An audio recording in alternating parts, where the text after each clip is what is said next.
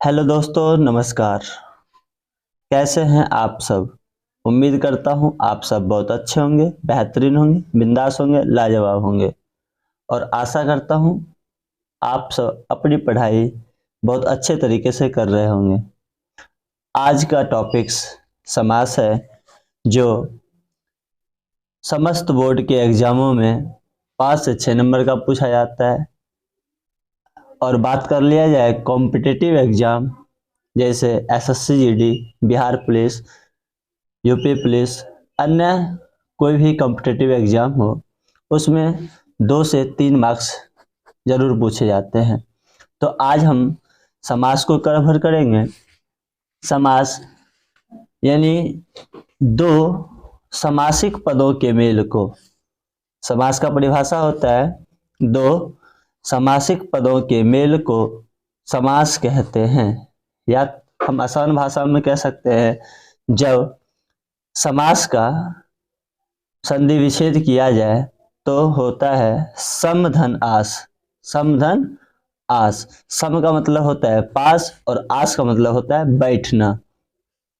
यानी कह सकते हैं योग करके पास में बैठना, यानी कह सकते हैं दो पदों को पास में बैठाना, ये क्या कहलाता है? समास कहता है। जैसे में दो पद देख सकते हैं आप सब। पहला होता है पूर्व पद, दूसरा होता है उत्तर पद। पूर्व पद और उत्तर पद को जब हम एक साथ करते हैं तो ये हमारा हो जाता है समस्त पद। समस्त पद कह सकते हैं, या तो इसे उभय पद भी कह सकते हैं। समस्त पद कह सकते हैं या उभय पद कह सकते हैं।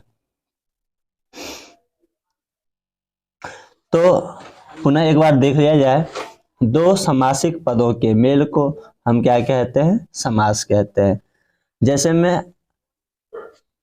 जैसे हम देख सकते हैं देवालय। देवालय जो शब्द बना है वो दो शब्दों से बना है। पहला देव, दूसरा आलय। संधि विच्छेद करने से बनता है देव प्लस आलय। इसका अर्थ क्या होता है? देव के लिए आलय, यानी देव का मतलब देवता लोग, भगवान लोग, और आलय मतलब होता है घर। देवता के लिए घर, पहला शब्द हो गया देव, दूसरा हो गया आलय, यानी दो पदों के मेल को क्या कहते हैं? समास कहते हैं। हम आगे बढ़ते हैं। जिस प्रकार हम देखेंगे, पदों की प्रधानता के आधार पर, पदों की प्रधानता के आधार पर समास को 4 भागों में बांटा गया है। पदों की प्रधानता के आधार पर समास को कितने भागों में बांटा गया है? 4 भागों में।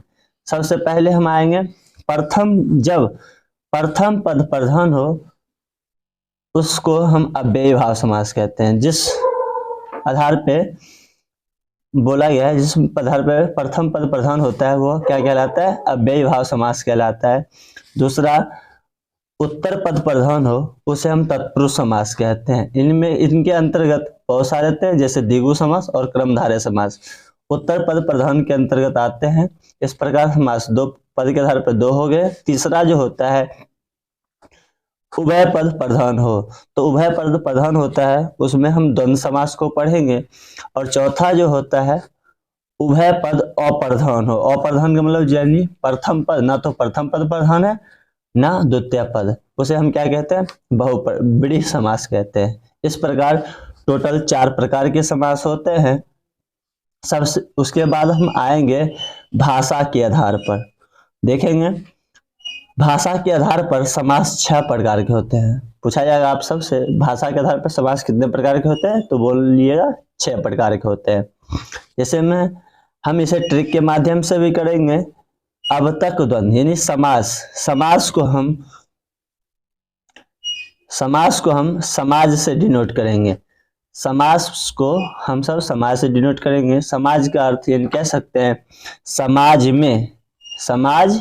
में अब तक द्वंद्व हो रही है। द्वंद्व मतलब होता है लड़ाई झगड़ा, यानी समाज में अब तक क्या हो रही है? द्वंद्व हो रही है। यानी आजकल भी या प्राचीन काल से ही देखा जा सकता है कि समाज जो होती है, समाज में हमेशा लड़ाई झगड़ा होती रहती है।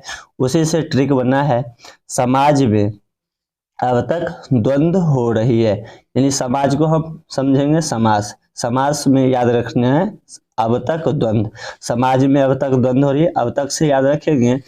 अ से अव्ययी भाव समास, ब से बहुब्रीहि समास, त से तत्पुरुष समास, क से कर्मधारय समास, द्वौ से युक्त से द्विगु समास और लास्ट है द व नौ संयुक्त से द्वंद्व समास। इस प्रकार ट्रिक के माध्यम से हमको समास को 6 भागों में बांटा गया है, जो भाषा के आधार पर बताया गया है। अब हम सभी समासों का परिभाषा के साथ और साथ में ही ट्रिक के माध्यम से पूरे समास को कवर करेंगे। तो सबसे पहले हम भाषा के आधार पे आते हैं, तो सबसे पहले अव्ययी भाव समास आता है और पद के आधार पर भी सबसे पहले अव्ययी भाव समास आते हैं। तो अव्ययी भाव समास को समझेंगे, जिस समासिक शब्द का पूर्व पद, पूर्व मतलब यानी पहला होता है, पहले ही बता चुके थे समाज में 2 पद होते हैं, पहले को पूर्व पद कहते हैं, दूसरे को हम उत्तर पद कहते हैं। तो जिस समासिक शब्द का पूर्व पद प्रधान हो उसे हम क्या कहते हैं, अव्ययी भाव समास कहते हैं। ट्रिक के माध्यम से हम कवर करेंगे, यानी कहने वाला प्रथम जो पद होता है ना वो प्रधान हो, क्या हो, प्रधान हो। तो इसको ट्रिक के माध्यम से कर सकते हैं, जिसका पहला पद या पूर्व पद में यथा लगा हो या उपसर्ग लगा हो। उपसर्ग तो पता ही होगा, उपसर्ग की संख्या 22 होती है, प्र, प्रा, अप, सम, निस, निर, दुस, दुर। और आगे तीसरा है शब्द की पुनरावृत्ति हो, शब्द की पुनरावृत्ति। पुनरावृत्ति का मतलब कोई होता है कि एक ही शब्द बार बार आए, उसे हम पुनरावृत्ति कहते हैं। अब हम प्रत्येक उदाहरण के माध्यम से प्रत्येक को क्लियर करेंगे। जैसे हम बोले प्रतिदिन, इसमें प्रति जो हो गया वो पूर्व पद हुआ, ये उपसर्ग है, ये क्या है, उपसर्ग है, इसलिए ये क्या हो जाएगा, प्रतिदिन हमारा अव्ययी भाव समास। दूसरा है प्रत्यक्ष, प्रत्यक्ष भी, प्रत्यक्ष में प्रतिधन अक्ष होता है, इसमें भी प्रति उपसर्ग लगा है, इसलिए यह अव्ययी भाव समास होगा। नेक्स्ट है अनुरूप, अनुरूप में भी अनु उपसर्ग लगा है, इसलिए यह क्या होगा, अव्ययी भाव समास होगा। अब हम बताए थे शब्द का पुनरावृत्ति, जैसे हम देख सकते हैं कुछ कुछ, यानी एक ही बार शब्द 2 बार आए हैं, इसलिए शब्द का जब भी 2 पुनरावृत्ति होगा यह हमारा अव्ययी भाव समास कहलाएगा। और दूसरा देखते हैं धीरे धीरे, यहाँ पे भी शब्द की पुनरावृत्ति हुई है, ट्रिक के माध्यम से हम समझ जाएंगे कि यह अव्ययी भाव समास है। दूसरा है पल पल, यहाँ पे भी शब्द की पुनरावृत्ति हुई है, बार बार आया है एक शब्द, ये भी क्या हो जाएगा, अव्ययी भाव समास हो जाएगा ट्रिक के माध्यम से। दूसरा है भरपेट, भरपेट, यहाँ पे भी देखिए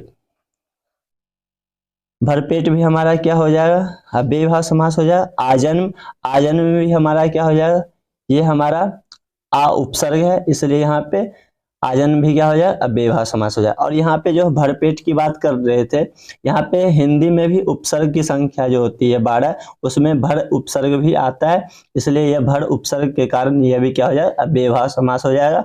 नेक्स्ट है, हम ट्रिक में बताए थे यथा, यथा जो होता है वो उससे हम ये शब्द बना है यथाशक्ति, इसका पूर्व पद जो यथा लगा है ट्रिक के माध्यम से यह हो जाएगा हमारा अव्ययी भाव समास।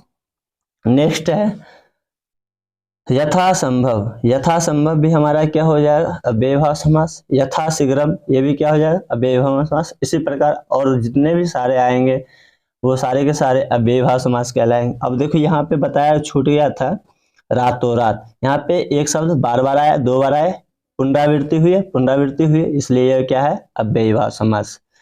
अब हम आगे बढ़ते हैं, आशा है कि आप सब अव्ययी भाव समास अच्छे से समझ पाए होंगे। अब आगे बढ़ते हैं, दूसरा है तत्पुरुष समास।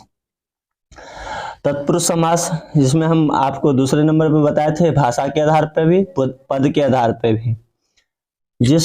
अब तत्पुरुष समास का हम परिभाषा देखेंगे, जिस समासिक शब्द का उत्तर पद, उत्तर माने अंतिम होता है, क्या होता है, अंतिम, जिस समासिक शब्द का अंतिम पद प्रधान हो, अंतिम पद क्या हो, प्रधान हो, वह तत्पुरुष समास कहलाता है। क्या कहलाता है, तत्पुरुष समास। अब इसमें भी हम ट्रिक बताए हैं, ट्रिक यह है कि विग्रह करने पर, कोई भी विग्रह का मतलब क्या होता है, किसी भी चीज का खंडन यानी तोड़ने पर, विग्रह करने पर क्या है, कारक चिन्ह। जैसे हम पढ़े होंगे, आप सब भी पढ़े होंगे, कर्ता ने कर्म को, वही लिखा है, कर्ता ने कर्म को करण से, संप्रदान को के लिए, आपादान से यहाँ पे जुदाई की बात होती है, और यहाँ पे सहायता यानी संबंध, करण कारक में कर्ता ने कर्म को करण से, यहाँ पे सहायता की बात होती है, यहाँ पे जुदाई या अलगाव की बात होती है। नेक्स्ट है काके की, ये हमारा क्या होता है, संबंध कारक होता है, यानी एक चीज दूसरे चीज से संबंध को प्रदर्शित करते हैं। नेक्स्ट है अधिकरण में पेपर, यानी जिस शब्द के विग्रह करने पर ये सारे कारक चिन्ह आए वो आप सब समझ जाइएगा कि तत्पुरुष समास का उदाहरण है। आगे बढ़ते हैं, हम इसे उदाहरण के माध्यम से समझेंगे कि कैसे हम पहचान सकते हैं कि कोई भी शब्द तत्पुरुष समास है। जैसे में हम देख सकते हैं, लिखे हैं आनंदमय, क्या लिखा है, आनंदमय। आनंदमय का विग्रह करने पर हम पाते हैं आनंद में मैं, यानी जो आनंद में रमा हो या लीन हो उसे हम कहते हैं आनंदमय। तो इसमें देखेंगे में जो आया है यह क्या है, कारक चिन्ह है। यह कौन सा कारक चिन्ह है, ये हमारा अधिकरण कारक में पेपर जो है ये कारक चिन्ह है, इसलिए यह क्या हो जाएगा, अव्ययीभाव समास। लेकिन तुम आप सबों से यह पूछा जाए कि बताइए यह किस तत्पुरुष समास का उदाहरण है, तो आप सब बोल सकते हैं, यहाँ पे में जो लगा है इससे हम जानेंगे कि यह अधिकरण तत्पुरुष समास का उदाहरण है। क्या बोलेंगे, अधिकरण तत्पुरुष, अधिकरण तत्पुरुष समास का उदाहरण है। आगे बढ़ते हैं, दूसरा है कामचोर। काम में चोर, यानी जो कामों से जी चुराता है उसे हम कामचोर कहते हैं। इसमें भी में कारक चिन्ह है, ये भी क्या हो जाएगा, अधिकरण तत्पुरुष समास का उदाहरण हो जाएगा। नेक्स्ट है गंगा पुत्र, यानी गंगा का पुत्र, यानी जो गंगा का पुत्र होता है उसे हम गंगा पुत्र कहते हैं। इसमें जो लगा है वो का लगा है, इसे हम कह सकते हैं का हमारा संबंध कारक में का के की में आता है। यह षष्ठी विभक्ति, कारक का षष्ठी विभक्ति संबंध कारक होता है, इसलिए हम यह कह सकते हैं यह भी क्या है, तत्पुरुष समास है। अब यहाँ पे आगे बढ़ते हैं, अगर जो आप सबसे ये पूछा जाएगा गंगा पुत्र किस तत्पुरुष समास का उदाहरण है, तो बोल सकते हैं संबंध तत्पुरुष समास का उदाहरण है। क्यों पूछा जाए, क्यों, तो कह सकते हैं कि सर इसमें आप का लगा है, का हमारा संबंध कारक में आता है और इसलिए यह संबंध तत्पुरुष समास का उदाहरण है। नेक्स्ट बढ़ेंगे राजकन्या, क्या है, राजकन्या। राजकन्या का यानी इसका विग्रह करेंगे तो पाएंगे राजा की कन्या, यानी राजा की कन्या कह सकते हैं पुत्री। तो ये हमारा क्या हो जाएगा, इसमें भी की आया, का के की, ये भी हमारा क्या हो गया, संबंध तत्पुरुष समास। अब आगे बढ़ते हैं, नेक्स्ट है राजपुत्र।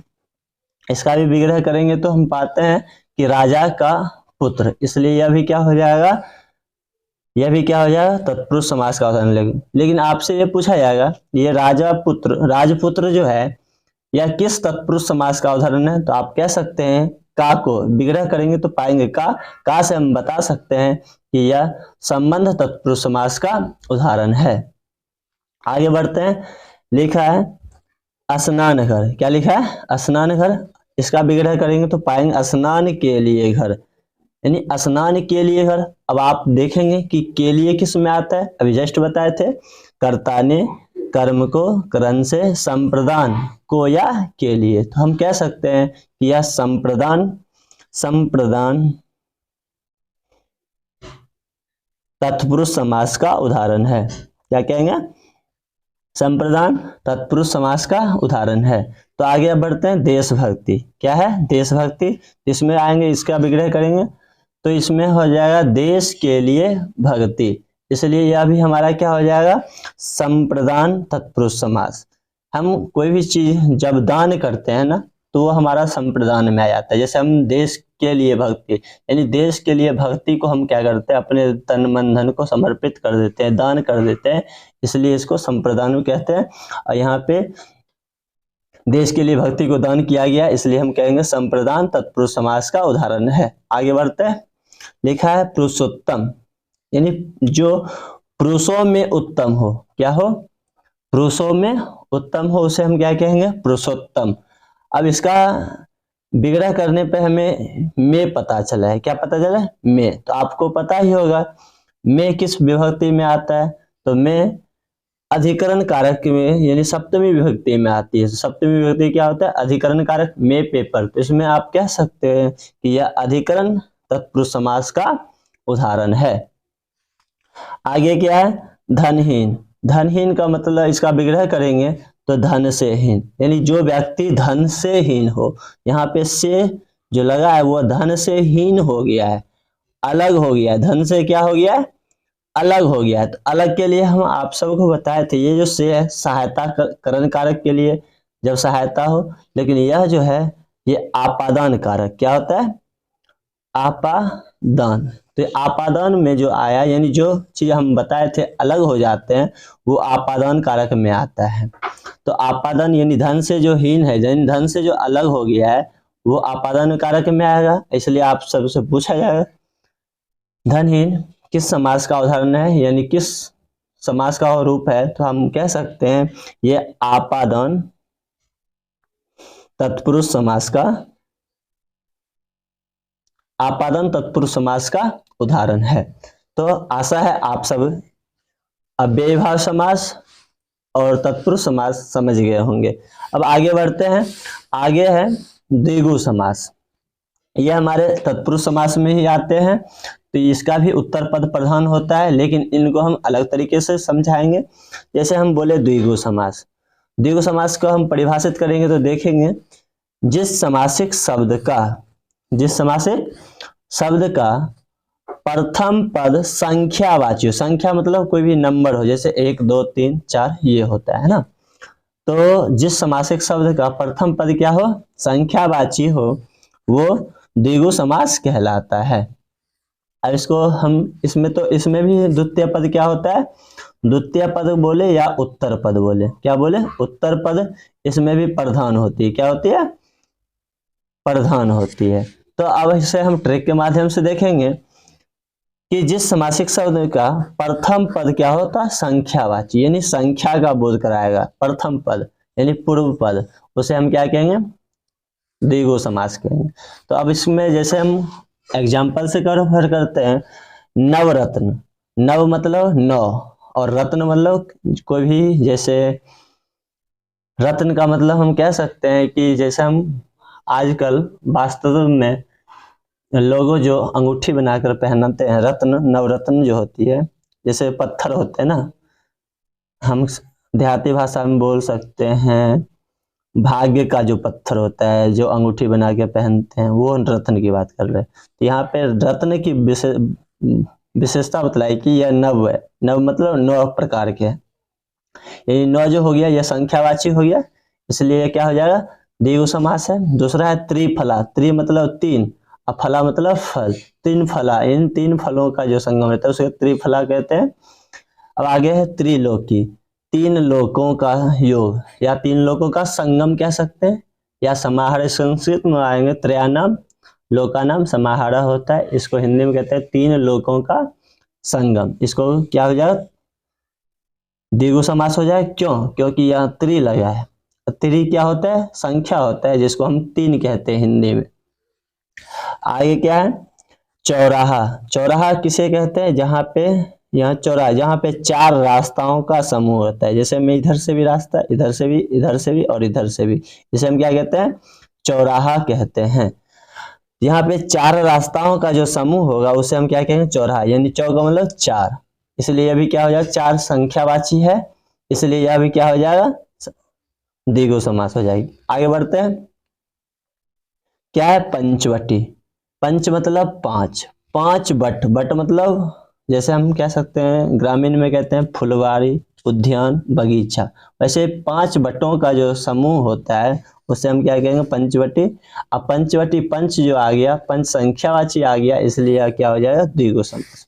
अब शताब्दी, 100 शताब्दी जो होता है वो 100 वर्षों का दिन, 100 वर्षों का दिन को हम क्या कहते हैं, 100 वर्षों को हम क्या कहते हैं, शताब्दी, यानी शत मतलब 100, यानी 100 जो है वो संख्यावाची है, इसलिए शताब्दी भी क्या हो जाएगा, द्विगु समास हो जाएगा।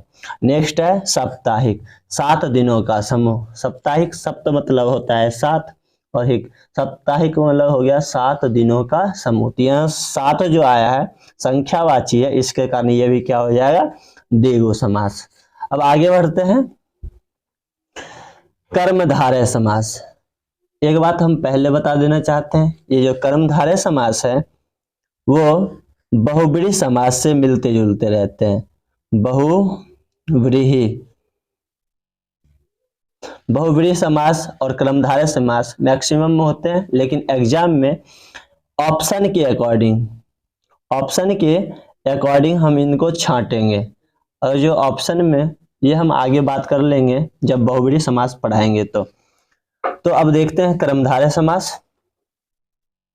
कर्मधारय समास में पहले हम परिभाषा के साथ क्लियर करेंगे। कर्मधारय समास का भी उत्तर पद क्या होता है, प्रधान होता है, इसलिए यह द्वितीय विभक्ति यानी दूसरे पद प्रधान में आते हैं। पद के अनुसार ये भी दूसरे भेद में आते हैं। तो सबसे पहले इसकी परिभाषा देखेंगे। जिस समासिक शब्द का प्रथम पद विशेषण हो, वह का मतलब क्या होता है, और वह का अर्थ क्या होता है, और जिस समासिक शब्द का प्रथम पद क्या हो, विशेषण हो, और उत्तर पद, उत्तर यानी बाद वाला पद, अंतिम वाला पद क्या हो, विशेष हो, उसे हम क्या कहेंगे, कर्मधारय समास कहेंगे। अब इसे भी हम क्या करते हैं, ट्रिक के माध्यम से समझते हैं। तो ट्रिक क्या है, एक पद दूसरे पद की क्या बतलाती हो, विशेषता बतलाती हो। एक पद दूसरे पद की क्या बतलाती हो, विशेषता बतलाती हो, वो भी हमारा क्या हो जाएगा, कर्मधारय समास हो जाएगा। जैसे हम देख सकते हैं एग्जाम्पल, परमेश्वर, यानी अब क्या है, एक पद जो होती है यानी पूर्व पद। अब ईश्वर, परम प्लस ईश्वर, यहाँ पे क्या होता है, परम प्लस ईश्वर। अब ध्यान से देखेंगे, इसमें 2 पद हो गए, पहला परम, दूसरा क्या हो गया, ईश्वर। इसी प्रकार सारे में शब्द में है। अब हम बात करते हैं परमेश्वर की। तो अब देखेंगे ट्रिक जो बताए हैं, एक पद दूसरे पद की क्या बतलाती हो, विशेषता बताए। अब देखते हैं कैसे विशेषता बतलाती है। परमेश्वर यानी ईश्वर की विशेषता बतला रही है कि वह परम है यानी महान है। क्या है, महान है। तो यानी ईश्वर कैसा है, महान है, तो यह विशेषता बतलाई, इसलिए क्या हो जाएगा, कर्मधारय समास हो जाएगी। आगे घनश्याम, क्या लिखा है, घनश्याम यानी श्याम कैसा, घन, यानी घना यानी घनी यानी धनिष्ठ आदमी कह सकते हैं, अमीर आदमी कह सकते हैं, यानी धनिष्ठ आदमी, बड़े आदमी। तो श्याम कैसा है, धन है, घन है, इसलिए क्या हो जाएगा, कर्मधारय समास। आगे बढ़ते हैं, नीलकंठ यानी कंठ की विशेषता बतला रही है, वह कैसा है, नीला है। कंठ की विशेषता क्या बतला रही है, वह नीला है, यानी कंठ की विशेषता बतलाई, ये भी क्या हो जाएगा, कर्मधारय समास। दूसरा है महादेव, यहाँ पे देवता की विशेषता बतला रही है कि वह क्या है, महान है, देवता की विशेषता बतला रही है, इसलिए अब भी क्या हो जाएगा, कर्मधारय समास हो जाएगा। आगे बढ़ते हैं, लिखा है नील कमल, नील कमल। अब देखा जाए यहाँ पे कमल शब्द है, कमल शब्द की आप ही बताइए कि कमल की विशेषता क्या बतला रही है, कि यह नीला है, इसलिए यह भी क्या हो जाएगा, कर्मधारय समास। अब आगे है महावीर, यहाँ पे वीर लोगों की विशेषता बतला रही कि वह महा है यानी महान है, इसलिए भी क्या हो जाएगा, कर्मधारय समास हो जाएगा। अब आगे बढ़ते हैं, दानवीर। अब यहाँ पे भी वीर लोगों की बात की है कि वह दानी है, इसलिए भी विशेषता बतला रही, इसलिए भी यह क्या हो जाएगा, कर्मधारय समास होगा। नेक्स्ट है नील गाय, यहाँ पे उत्तर पद जो गाय है इसकी विशेषता क्या बतला रही है, कि यह नीला है, इसलिए अभी क्या हो जाएगा, कर्मधारय समास हो जाएगा। अब आगे बढ़ते हैं, लिखा है चरण कमल।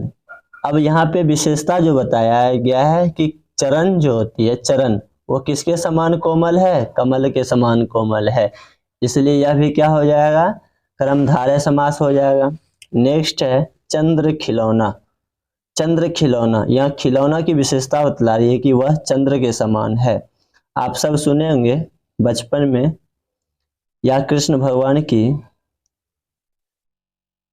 सीरियल या एपिसोड देखे होंगे तो जब कृष्ण भगवान है ना, कृष्ण भगवान माता यशोदा से खिलौना जो मांगता है, उस समय संध्या रात का समय होता है और चंद्रमा बहुत चमक, पूर्णिमा का दिन होता है। उस दिन कृष्ण भगवान जिद करने लगता है कि मुझे खिलौना चाहिए, और वो भी किसके समान, चंद्र खिलौना, यानी मैया मोहे चंद्र खिलौना चाहिए, है ना। तो वही चंद्रमा की समान खिलौना बने, खिलौना का विशेषता बतला रहे कि वह चंद्रमा के समान है, इसलिए यह भी क्या हो जाएगा, क्रमधारय समास। आगे है लाल मणि, यानी मणि की विशेषता बतला रही है कि वह लाल है, क्या है, लाल है, इसलिए अभी क्या हो जाएगा, क्रमधारय समास। तो आशा है कि आप ट्रिक के माध्यम से क्रमधारय समास को पहचान गए होंगे कि जब एक पद दूसरे पद की क्या बतलाती हो, विशेषता बतलाती हो, उसे हम क्या कहेंगे, क्रमधारय समास। अब आगे बढ़ते हैं, नेक्स्ट है द्वंद्व समास। ये हमारा पद के अनुसार तीसरे नंबर पे आते हैं, किस पद के अनुसार तीसरे नंबर पे आते हैं। तो तीसरे नंबर पे है द्वंद्व समास। तो इनको परिभाषा के साथ समझते हैं। द्वंद्व समास जो होती है, जिस समासिक शब्द का दोनों पद प्रधान हो, क्या हो, दोनों पद क्या हो, प्रधान हो, द्वंद्व समास कहलाता है। फिर से बोल रहे हैं, जिस समासिक शब्द का दोनों पद क्या हो, प्रधान हो, द्वंद्व समास कहलाता है। इन्हें भी ट्रिक के माध्यम से क्या है, कवर करेंगे। ट्रिक ये है कि दोनों पद का महत्व हो, क्या हो, इधर यानी जो पूर्व पद होते हैं उनका भी महत्व होता है, जो उत्तर पद होते हैं उनका भी महत्व होता है। अब इसमें दूसरा भी ट्रिक ये है कि जिस शब्द में योजक चिन्ह लगाओ, क्या लगाओ, योजक चिन्ह लगाओ। तो योजक चिन्ह भी जिस हम इससे भी पहचान सकते हैं कि यह द्वंद्व समास है। अब दोनों पद जो विशेषता बतलाई, योजक चिन्ह है ना, इससे पहले हम बताए होंगे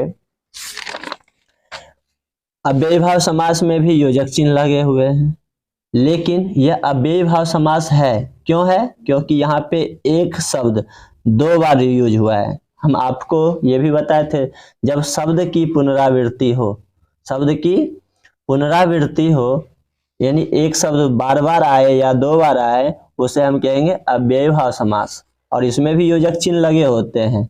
इसलिए इसे ध्यान में रखते हुए अगले नोट्स को क्लियर करिएगा, क्योंकि यहाँ पे एक शब्द दो बार आया है, लेकिन द्वंद्व समास में एक शब्द दो बार नहीं आएंगे, इसलिए इनको ध्यान में रखना है।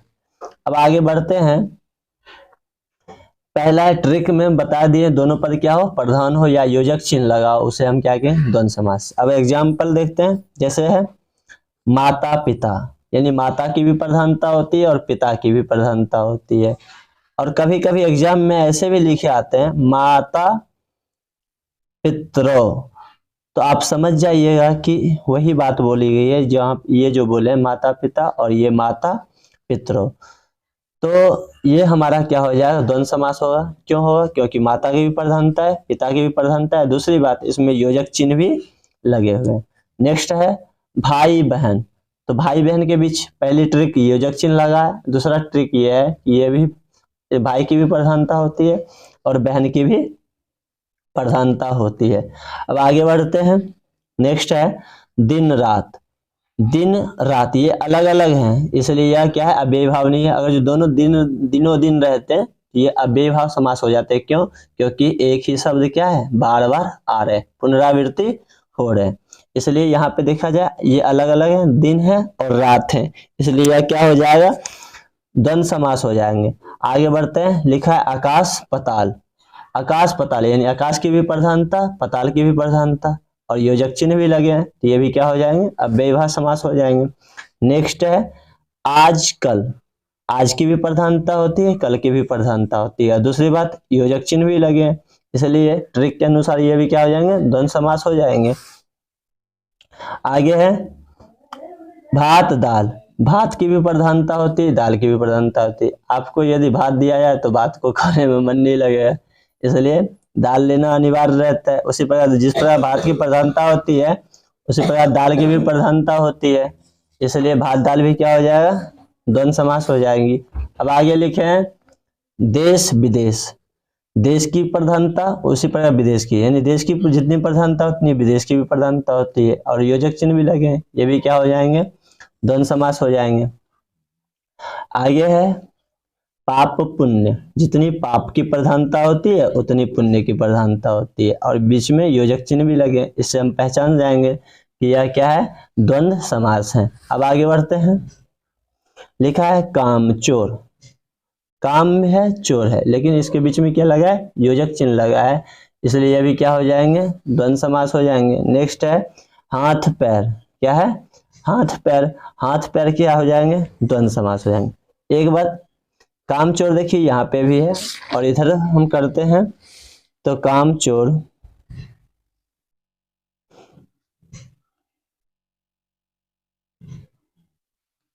खैर आगे बढ़िए। हाथ पैर जो हो जाएगा वो हमारा क्या हो जाएगा, द्वंद्व समास हो जाएगा। क्यों, क्योंकि दोनों पद की क्या बतलाई है, प्रधानता बतलाई है, और ये इसमें योजक चिन्ह भी लगे हैं। अब आगे बढ़ते हैं, आगे देखेंगे बहुब्रीहि समास। बहुब्रीहि समास किसे कहते हैं, जिस समासिक शब्द का या जिस समासिक शब्द में ना तो पूर्व पद प्रधान होता है ना ही उत्तर पद प्रधान होता है, उसे हम क्या कहते हैं, बहुब्रीहि समास कहते हैं। जिस समासिक शब्द में ना तो पूर्व पद प्रधान होता है ना ही उत्तर पद प्रधान होता है, उसे हम क्या कहते हैं, बहुब्रीहि समास कहते हैं। इसे हम ट्रिक के माध्यम से कवर करेंगे। जो पूर्व पद होता है यानी पहला पद होता है, दूसरा उत्तर पद होता है, ये दोनों की प्रधानता ना बताकर किसी अन्य पद की प्रधानता बताती है, उसे हम क्या कहते हैं, बहुब्रीहि समास कहते हैं। उदाहरण से हम समझेंगे, जैसे लिखा है चतुरानन, चतुरानन का अर्थ होता है चार है आनंद जिनके, चार है आनंद जिनके, चार का मतलब होता है चार, आनंद का मतलब होता है मुख, चार है मुख जिसका, उसको हम क्या कहते हैं, ब्रह्मा, क्या कहते हैं, ब्रह्मा कहते हैं। चार मुख है जिनका, उसको हम क्या कहते हैं, ब्रह्मा कहते हैं, उसे हम चतुरानन कहते हैं। यानी हम कह सकते हैं जिस शब्द से कोई दूसरा अर्थ निकले, ट्रिक में भी एक और ट्रिक कवर करिएगा या लिखिएगा, जिस शब्द से दूसरा अर्थ निकले, अर्थ निकले, जिस शब्द से दूसरा अर्थ निकले वो भी क्या कहलाता है, बहुब्रीहि समास कहलाता है। जैसे चतुरानन, चतुरानन का अर्थ ब्रह्मा, दूसरा अर्थ निकल गया, इसलिए क्या हो जाएगा, बहुब्रीहि समास। दूसरा है लंबोदर, लंबा है उदर जिनका या जिनके, लंबा है उदर जिनके, उन्हें हम क्या कहते हैं, लंबोदर। अर्थ क्या निकल रहा है, ना तो लंबा की प्रधानता हुई ना उदर की प्रधानता हुई। प्रधानता किसकी बताई गई है, गणेश की, गणेश की प्रधानता बताई गई है। अब हम डायरेक्ट दूसरे ट्रिक से कवर करेंगे, लंबोदर, लंबोदर का अर्थ क्या निकला, गणेश, इसलिए यह क्या हो गया, बहुब्रीहि समास। और सब अन्य समासों में कोई दूसरा अर्थ नहीं निकलता है, जैसे हम देख सकते हैं साप्ताहिक, साप्ताहिक का मतलब सप्ताह, इसका कोई दूसरा अर्थ नहीं निकला, लेकिन इसमें अर्थ निकल रहा है, लंबोदर का अर्थ गणेश निकल गया। आगे बढ़ते हैं, नेक्स्ट है दशानंद, दशानंद यानी 10 है आनंद जिनके, यानी 10 है मुख जिनके, वो क्या हो जाता है, दशानंद, जिसे हम क्या कहते हैं, रावण। दूसरा अर्थ क्या बनता है, रावण। दशानंद का दूसरा अर्थ क्या निकला, रावण, दूसरा अर्थ निकल रहा है, ये भी क्या हो जाएगा, बहुब्रीहि समास हो जाएगा। आगे लिखा है चंद्रशेखर, चंद्र है जिनके शिखर पर, यानी 10 चंद्र का मतलब चांद होता है, और शिखर मतलब सर होता है, चांद जिनके सर पे होते हैं उनके हम क्या कहते हैं, चंद्रशेखर, जिसे हम अर्थात यानी कह सकते हैं भगवान शिव। भगवान शिव अर्थ निकल गया, चंद्रशेखर का दूसरा अर्थ क्या निकला, शिव, इसलिए अभी क्या हो जाएगा, बहुब्रीहि समास। आगे है पीताम्बर, पीला है वस्त्र जिनके, पीला है वस्त्र जिनके, उन्हें हम क्या कहते हैं, पीताम्बर कहते हैं। अब इनका भी अर्थ क्या निकल रहा है, पीताम्बर यानी पीला वस्त्र कौन धारण करते हैं, भगवान विष्णु, विष्णु, ये भी इसका अर्थ दूसरा निकला, ये भी क्या हो जाएगा, बहुब्रीहि समास हो जाएंगे। आगे लिखा है नीलकंठ, क्या लिखा है? नीलकंठ। नीला है कंठ जिनके, नीला है कंठ जिनके, अर्थात क्या हो जाएगा? शिव। क्या हो जाएगा? शिव। ये भी क्या हो जाएगा? हमारे बहुब्रीहि समास हो जाएंगे। अब आगे लिखा है गजानन। गज जैसा मुख हो जिनका, मुख यानी इनको आनन भी कह सकते हैं, अभी जस्ट बताए थे। गज जैसा आनन है जिनका या जिनके, वो क्या हो जाएंगे? गजानन। इस गजानन, गज मतलब होता है हाथी और आनन मतलब मुख, यानी गज जैसा मुख। इसमें देखा जाए दूसरा ट्रिक परिभाषा के अनुसार है, इसमें पूर्व पद जो होता है गज होता है, गज मतलब हाथी। दूसरा उत्तर पद क्या है? आनन। आनन जो होता है यानी मुख होता है, ना तो गज की प्रधानता हुई ना मुख की प्रधानता हुई। प्रधानता किसकी बता दी गई है? गणेश की। किसकी बताई गई है? गणेश की प्रधानता बताई गई है, इसलिए यह भी क्या हो जाएगा? बहुब्रीहि समास। अब आगे है चक्र पानी। चक्र है जिनके पानी में, चक्र का मतलब चक्र होता है और पानी का मतलब होता है हाथ। जिनके हाथ में जो चक्र होते हैं उन्हें हम क्या कहते हैं? विष्णु कहते हैं। क्या कहते हैं? विष्णु कहते हैं। यानी चक्र पानी का दूसरा अर्थ क्या निकल गया? विष्णु। लेकिन दूसरे ट्रिक के अनुसार हम देखेंगे, पहला है चक्र, दूसरा है पानी।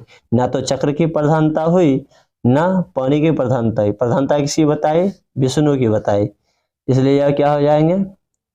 बहुब्रीहि समास हो जाएंगे। अब कुछ इंपॉर्टेंट बात याद रखेंगे जो एग्जाम में कंफ्यूज कर देते हैं, उन बातों को नोट में देखेंगे। लिखा है कुछ कर्मधारय समास, कुछ कर्मधारय समास बहुब्रीहि समास के जैसे होते हैं। कुछ कर्मधारय समास किस समास के जैसे होते हैं? बहुब्रीहि समास के होते हैं।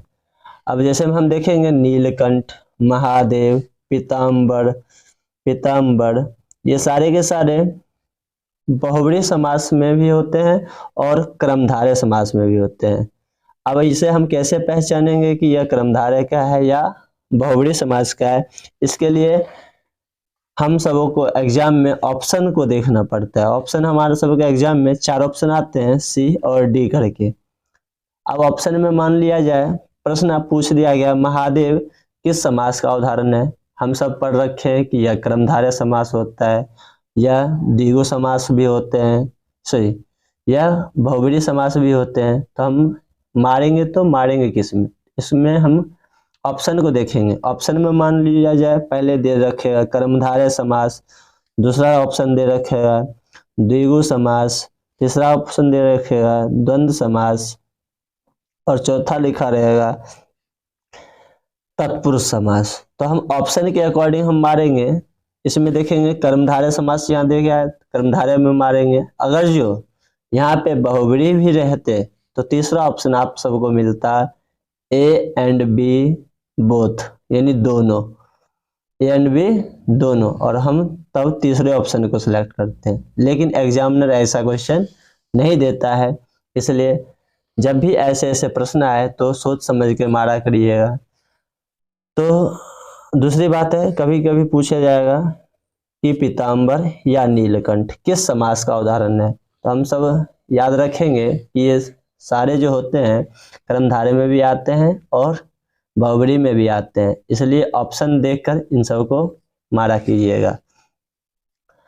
और एक बात और बताना चाह रहे थे उस समय कामचोर का, उस समय जो बोले थे कामचोर, यहाँ पे भी हम पढ़े थे कामचोर। कामचोर द्वंद्व समास, यहाँ पे देखिए काम और चोर, काम से जो जी चुराता है, ये इसमें नहीं आएंगे। काम की प्रधानता चोर, ये दोनों अलग अलग हो जाते हैं, कामचोर इसमें नहीं आएंगे, इसलिए ये हमारे जो होंगे कामचोर तत्पुरुष समास में भी आएंगे। कामचोर यानी काम में जो चोर हो, काम में जो चोर हो वो क्या कहलाएगा? कामचोर। अब आशा करते हैं आज समास का डाउट्स आप सबों का क्लियर हो गया होगा और आपको वीडियो अच्छा लगा होगा तो लाइक करिए, शेयर करिए और अपने दोस्तों के पास भेजिए ताकि वो इस वीडियो को देखें और वो अपने तैयारी को वेस्ट कर पाए और एग्जाम में अच्छे मार्क्स ला पाए। और आप सबसे यह आग्रह किया गया है या आपसे ये पूछा जा रहा है कि आपको जिस टॉपिक्स पर, हिंदी व्याकरण के जिस टॉपिक्स पर प्रॉब्लम आती होगी आप कमेंट कीजिए। अब अगला जो वीडियो होगा कमेंट को देखकर जो वीडियो बच्चों को ज़्यादा प्रॉब्लम क्रिएट करती होगी या आती होगी, उन टॉपिक्स पर वीडियो बनाएंगे और आशा करेंगे आपका जो डाउट्स होगा उस टॉपिक की वजह से क्लियर हो जाए। धन्यवाद।